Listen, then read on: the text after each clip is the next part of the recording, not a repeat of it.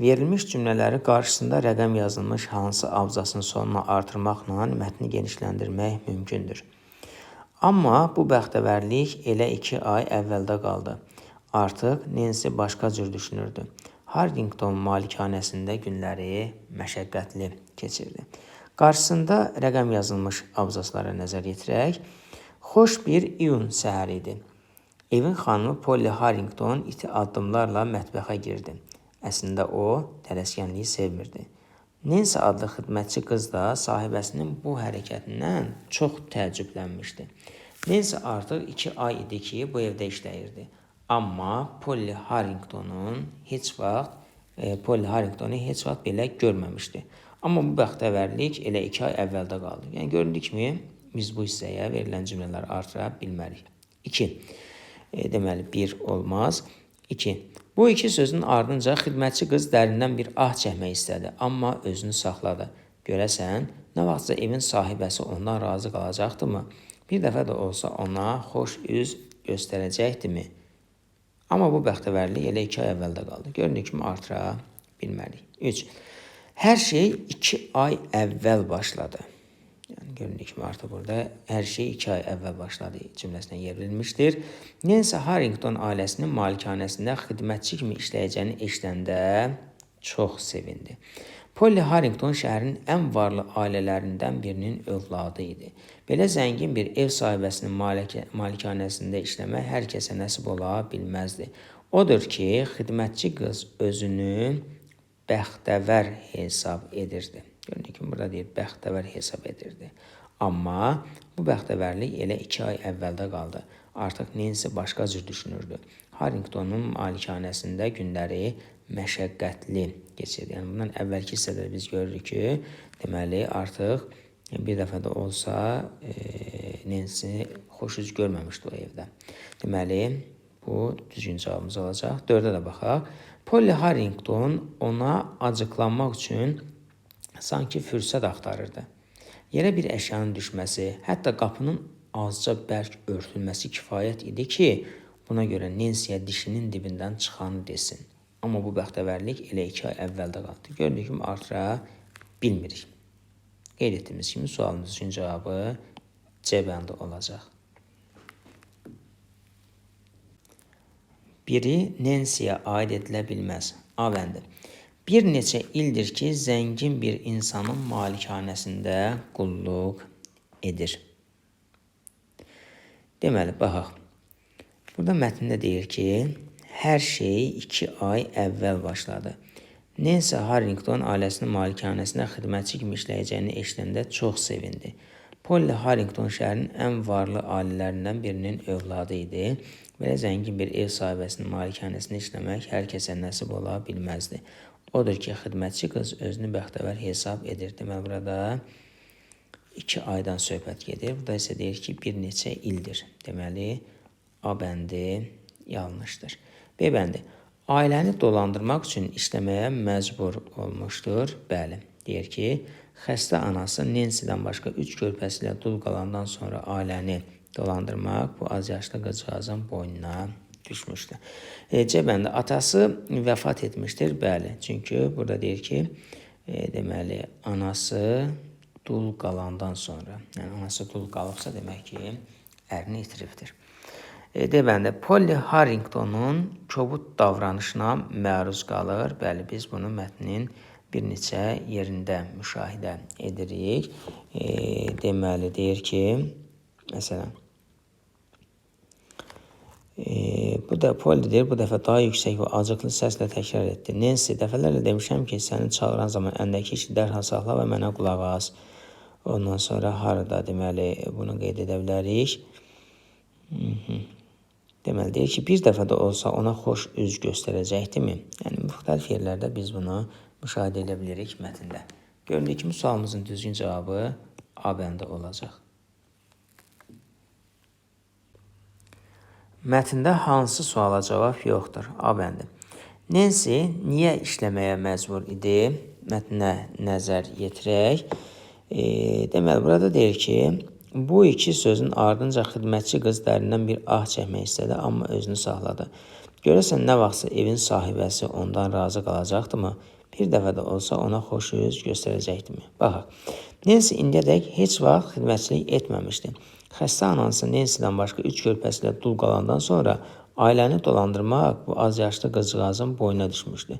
Deməli, Nancy'nin anası dul qalır, bu deməkdir ki, artıq atası ölübdür. Sonra ailəni dolandırmaq bu az yaşlı qızcığazın boynuna düşür. Çünki anası işləyə bilmir, çünki xəstədir, atası yoxdur və ailəni dolandırmaq deməli Nancy'nin üzərinə düşür. Göründüyü kimi A bəndində verilmiş sualın cavabı vardır. B bəndi. Nancy'nin anası hansı xəstəliyə tutulmuşdur? Biz bu sualın cavabını tapa bilmərik. Çünki sadəcə mətndə deyir ki, xəstə anası Nancy'dən başqa 3 körpəsi ilə dul qalandan sonra. Yəni onun anasının xəstəliyi nə idi? Bu haqda biz deməli məlumat əldə edə bilmirik mətndən. C bəndi. Nancy'nin ailəsində neçə uşaq var idi? Biz bu sualın cavabını tapa bilək. Baxaq. Deyir ki, Nancy'dən başqa 3 körpəsi olan ilə dul qalandan sonra. Deməli, Nancy 1, əlavə olaraq 3 dənə də körpə var. Deməli, bunlar ailədə 4 uşaq olublar. D bəndi. Nancy'nin işə başlayarkən özünü bəxtəvər hesab etməsinin səbəbi nə idi? Bu sualın da cavabı var. Deyir ki, belə zəngin bir ev sahibəsinin malikanəsində işləmək hər kəsə nəsib ola bilməzdi. Odur ki, xidmətçi qız özünü bəxtəvər hesab edirdi. Yəni, zəngin bir ailədə işləyir, düşünür ki, ailəsinə çörək pulu aparacaq, amma təbii ki, onun, belə deyək, ev sahibəsi ona çox kobud davranırdı. Göründüyü kimi, sualımızın düzgün cavabı B bəndi olacaq.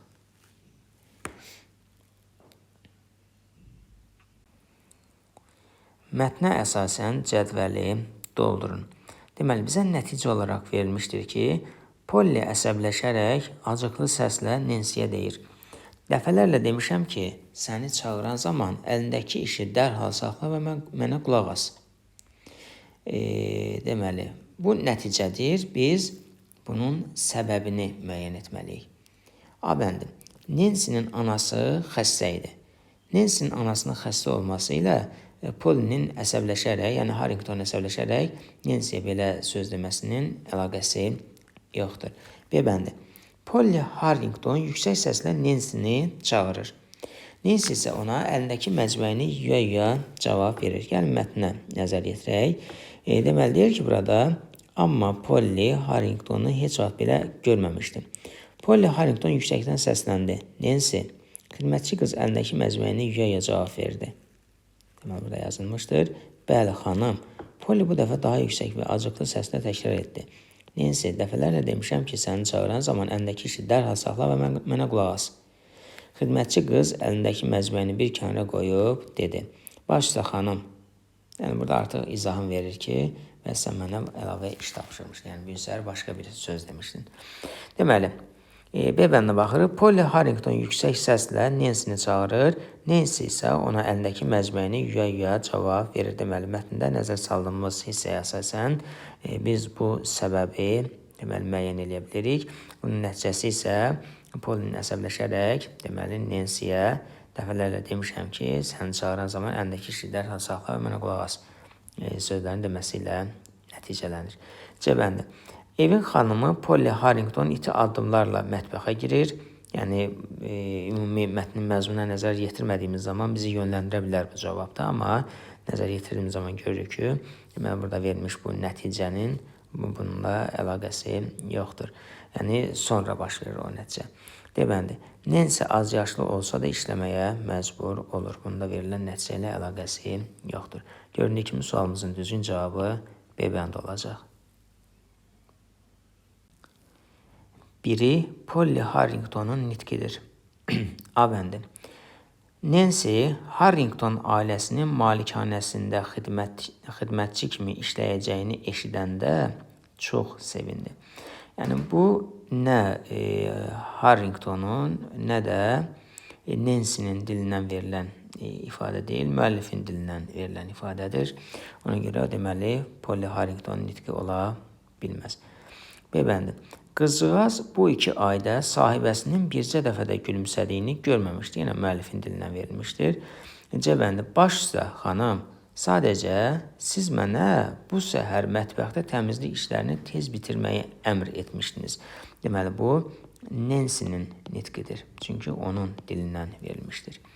D bəndində mən sənin izahatına qulaq asmalı deyiləm. Sən məni dinləməlisən. Bu isə deməli Polly Harringtonun nitqidir.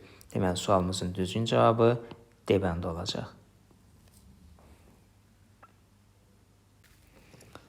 Altından xətt çəkilmiş cümlədəki sözlərdən biri çoxlu mal dövləti, sərvəti olan adam mənasını daşıyır. Həmin sözü müəyyən edib cavab kağızına yazın. Deməli, altından xətt çəkilmiş cümləmiz belə zəngin bir ev sahibəsinin malikanəsində işləmək hər kəsə nəsib ola bilməzdi cümləsidir. Biz buradan çoxlu mal dövləti, sərvəti olan adam mənasını daşıyan sözü müəyyən etməliyik. Deməli, zəngin sözünün leksik mənası çoxlu mal dövləti, sərvəti olan insan deməkdir. Deməli, biz zəngin sözünü cavab kağızına yazmalıyıq. Hansı cümlədəki fərqləndirilmiş sözdə leksik şəkilçi işlənmişdir?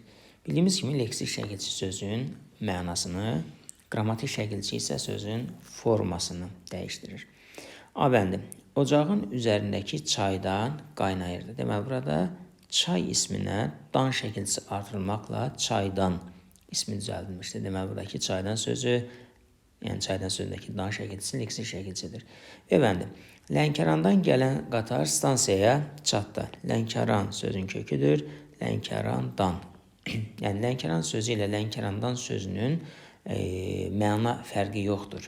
Deməli, buradakı bu dan şəkilçisi sözün formasını dəyişdir. Ona görə burada leksik şəkilçi yox, qrammatik şəkilçi kimi işlənmişdir. C bəndi. Baba nəvəsini çaydan su gətirməyə göndərdi. Burada da çay ismi, axan çaydan söhbət gedir. Çaydan, yəni axan çayla çaydan sözünün yəni məna fərqi yoxdur. Ona görə burada da dan şəkilçisi qrammatik şəkilçi kimi işlənmişdir. D bəndi. Bu məlumatı kitabdan oxumuşam.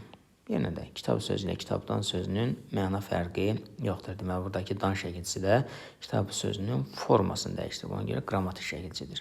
Göründüyü kimi sualımızın düzgün cavabı A bəndi olacaq. Hansı cümlədə oyanmaq sözü həqiqi mənada işlənmişdir? A bəndi. Birdən-birə məndə bağçaya baxmaq həvəsi oyandı. Yəni, insanda həvəsin oyanmasında təbii ki, oyanmaq sözü məcazi məna ifadə etmiş olacaq. B bəndi. Hər şeydə fərəh, sevinç, təravət, artıq oyanıb, gülür təbiət. Yəni, təbiətin oyanması. Təbii ki, bu da məcazilikdir. C bəndi. Bəzi yerlərdə torpaq yenicə oyanır. Taxıllar boyatmağa başlayırdı. Torpağın oyanması. Təbii ki, bu da məcazi mənalı ifadədir. D bəndi. Elşad səhər yuxudan oyandıqdan sonra idman edir. Deməli, Elşad yuxudan oyanır. İnsanın yuxudan oyanması təbii ki, həqiqi mənada olacaqdır. Deməli, sualımızın düzgün cavabı D bəndi olacaq. Çiyələk sözündən sonra hansı sözü işlətsək, çiyələk sözündəki k samiti y kimi tələffüz olunur. Bildiyimiz kimi, çiyələk sözündəki k samitinin y kimi tələffüz olunması üçün bizə saitlə başlanan söz lazımdır. Deməli, A bəndində almaq sözü verilmişdir. Biz əgər çiyələk sözündən sonra almaq sözünü işlədəriksə, deməli, bu olacaq çiyələk almaq. Göründüyü kimi sait olduğuna görə k samiti y kimi tələffüz olundu. B bəndində yemək sözü verilibdir. Samitlə başlandı. C bəndində yarpağı samitlə başlandı. D bəndində saplağı söz verilibdir. Samitlə başlandı. Deməli, onların hər hansı birini biz çiyələk sözündən sonra işlətsək, çiyələk sözündəki k samiti x kimi tələffüz olunacaq. Çünki özündən sonra samitlə başlanan söz və şəkilçi gələrsə, k samiti x kimi, yəni kimi tələffüz olunar. Göründüyü kimi sualımızın düzgün cavabı A bəndi olacaq. Verilmiş cümlələrdəki fərqləndirilmiş sözlərin leksik mənası ilə bağlı uyğunluğu müəyyən edin. Nadir əlindəki qumbaranı sıxıb qeyzlə dilləndi. Deməli, burada qeyzlə sözü verilmişdir. Qeyzlə sözünün mənası nə olar? Acıqla, hiddətlə. Nadir əlindəki qumbaranı sıxıb acıqla, hiddətlə dilləndi. Deməli, 1-ə A uyğun gəldi. 2. Hüseyn dostuna təpindi. Deməli, Hüseyn dostuna acıqlandı. Hüseyn dostunun üstünə qışqırdı. Deməli, görünür ki, burada təpindi sözü acıqlanmaq, üstünə qışqırmaq mənasını ifadə edir. Sonra, güllə yağışı səngimək bilmirdi. Güllə yağışı yavaşımaq, azalmaq bilmirdi. Deməli, səngimək sözünün mənası yavaşmaq, azalmaqdır. Görünür kimi sualımızın düzgün cavabı 1A, 2B, 3C şəklində olacaq ki, bu da A bəndində verilmişdir.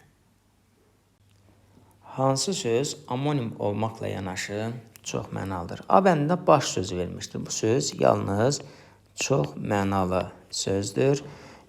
C bəndində ürək sözü verilmişdir. Təbii ki, bu söz amonim ola bilməz. D bəndində göz sözü verilmişdir. Bu da yalnız çox mənalıdır. Bunda amonimliyi yoxdur. Ancaq B bəndində verilmiş qol sözü həm çox mənalı söz, həm də amonim sözdür. Deməli, insanın qolu ilə kəndin qolu bu çox mənalılıqdır. İnsanın qolu ilə, deməli, qapıya vurulan qol isə amonimdir. Ona görə də sualımızın düzgün cavabı B bəndi olacaq. Nəqli cümləni müəyyən edin. Bildiyimiz kimi, nəqli cümlədə cümlənin sonunda nöqtə işarəsi qoyulur və bu cümlədə sadəcə olaraq hər hansı bir məlumat verilir. A bəndi. Yarış nə vaxt keçiriləcək? Göründüyü kimi, sualın qoyulması bu cümlənin sual cümləsi olduğunu deməyə əsas verir. B bəndi. Kitabı mənə ver. Nöqtə qoyulsa belə burada bir əmr var. Təbii ki, bu nəqli cümlə ola bilməz. Əmr cümləsi olacaq. C bəndi. Yaşasın, qalib gəldik. Cümlənin sonunda nida işarəsi qoyulubdur. Deməli, cümlə nida cümləsidir. D bəndi. Mən dərslərimi yaxşı oxuyuram. Cümlənin sonunda qoyulan nöqtə işarəsi və sadəcə hər hansı bir məlumatın verilməsi bu cümlənin nəqli cümlə olduğunu deməyə əsas verir. Deməli, sualımızın düzgün cavabı D bəndi olacaq. Verilmiş nümunədəki hansı söz bir işdə, döyüşdə qoçaqlıq, mərdlik göstərən insan mənasında işlənir? Baxaq, gülü biçənə qurban, suyun içənə qurban, dünyada igid çoxdur, candan keçənə qurban. A bəndində dünya verilmişdir, təbii ki, əlaqəsi yoxdur. C bəndində gül sözünün təbii ki, verilən izahla əlaqəsi yoxdur, biçmək sözünün həmçinin. Qaldı B bəndində igid sözü. Deməli, igid sözünün leks mənası nədir? Bir işdə, döyüşdə, qoçaqlıq, mərdlik göstərən insan. Ona görə də sualımızın düzgün cavabı B bəndi olacaq. Balıq sözündəki saitlərin hər ikisinə aid olan xüsusiyyəti müəyyən edin. A bəndi. Hər ikisi qalın, qapalı saitlərdir. Qalın olmaq doğrudur, ancaq qapalı yanlış. Çünki A saiti qapalı deyil. B bəndi. Hər ikisi incə, dodaqlanmayan saitlərdir. Dodaqlanmayan doğrudur, ancaq təbii ki, incə ola bilməzlər. C bəndi. Hər ikisi qalın, dodaqlanmayan saitlərdir. Bəli. D bəndi. Hər ikisi açıq, incə saitlərdir. Baxaq, deməli, hər ikisi açıq təbii ki, yanlışdır. Hər ikisi incə təbii ki, yanlışdır. Göründüyü kimi, sualımızın düzgün cavabı C bəndi olacaq. Ocaq sözündən sonra verilmiş sözlərdən hansını işlətsək, ocaq sözünün son samiti Q kimi tələffüz olunur. Deməli, biz bilirik ki, Q samitinin Q kimi tələffüz olunması üçün özündən sonra saitlə başlanan söz gəlməlidir. Deməli, A bəndində qalamaq sözü verilibdir, samitdir. C bəndində başında sözü samitlə başlanır, D bəndində sönübdür sözü samitlə başlanır, amma B bəndində verilib istisi sözündəki I saitdir. Deməli, biz əgər ocaq sözündən sonra istisi sözünü işlədəriksə, söz sonundakı Q samiti Q kimi tələffüz olunacaq. Bunun səbəbi isə özündən sonra gələn sözün saitlə başlamasıdır. Ona görə də sualımızın düzgün cavabı B bəndi olacaq. Verilmiş nümunədəki hansı söz məcazi mənada işlənmişdir? Bu insan selinin qarşısında tək dayandı Qafqazın mərd oğulları. Deməli, insan həqiqi mənadır. Dayanmaq həqiqi mənadır. Mərd həqiqi mənadır. Yəni nümunədən kontekstə uyğun deyirik təbii ki.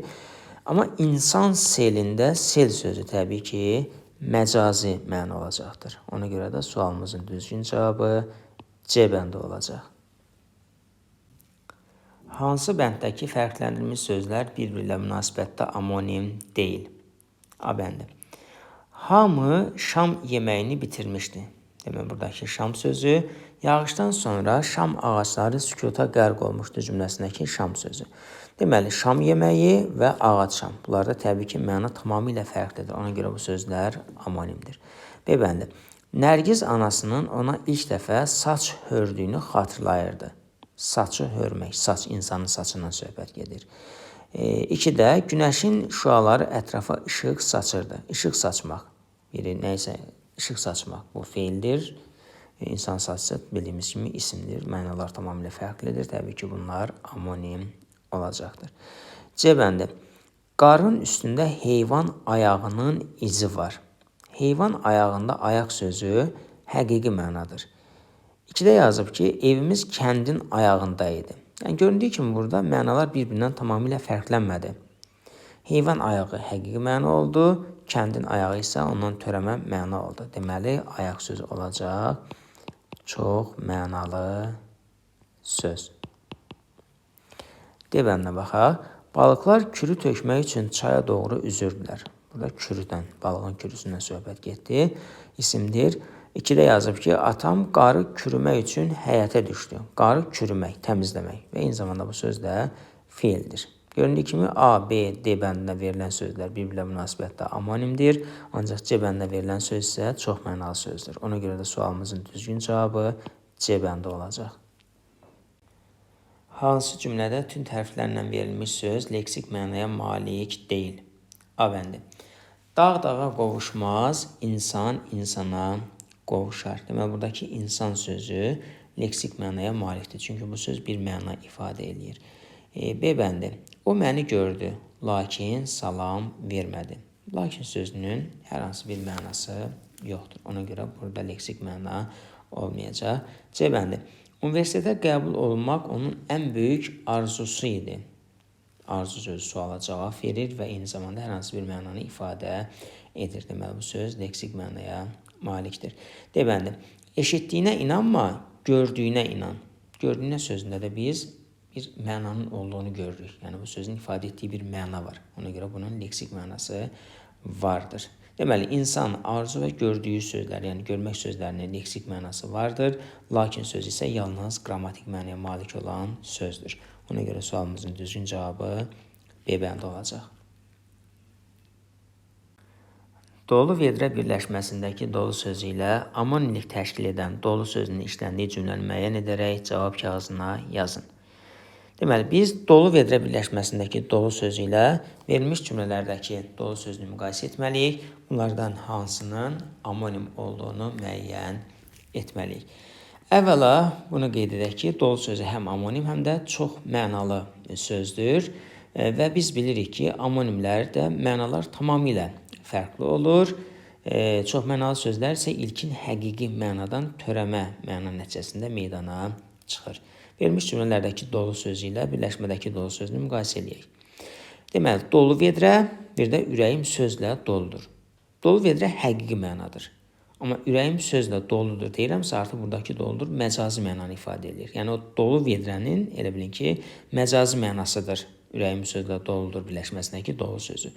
Ona görə bu amonim yox, olacaq çox mənalı söz.